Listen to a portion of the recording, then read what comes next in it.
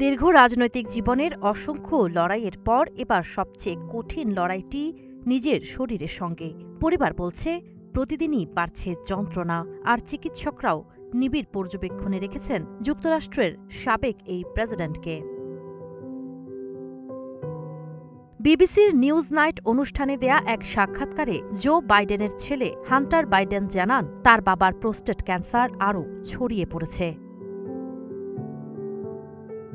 Joe Biden ২০২৫ সালের মে মাসে প্রথম প্রকাশ্যে জানান তিনি আক্রমণাত্মক ধরনের প্রোস্টেট ক্যান্সারে আক্রান্ত এবং তখনই রোগটি হাড়ে ছড়িয়ে পড়েছিল। পরে তার মুখপাত্র জানান, ক্যান্সার নিয়ন্ত্রণে তিনি রেডিয়েশন ও হরমোন থেরাপি সহ উন্নত চিকিৎসা নিচ্ছেন।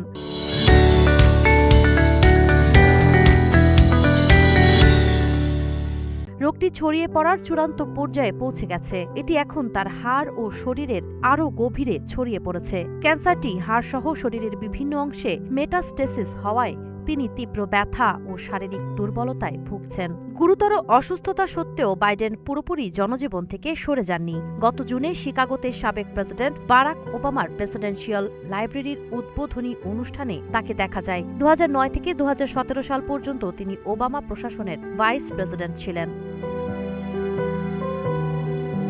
এদিকে শারীরিক অসুস্থতার মধ্যেই আগামী ১৭ই নভেম্বর প্রকাশ হওয়ার কথা রয়েছে জো বাইডেনের প্রেসিডেন্ট হিসেবে দায়িত্ব পালনের অভিজ্ঞতা নিয়ে লেখা আত্মজীবনী। সাবা খান, নাগরিক প্রতিদিন।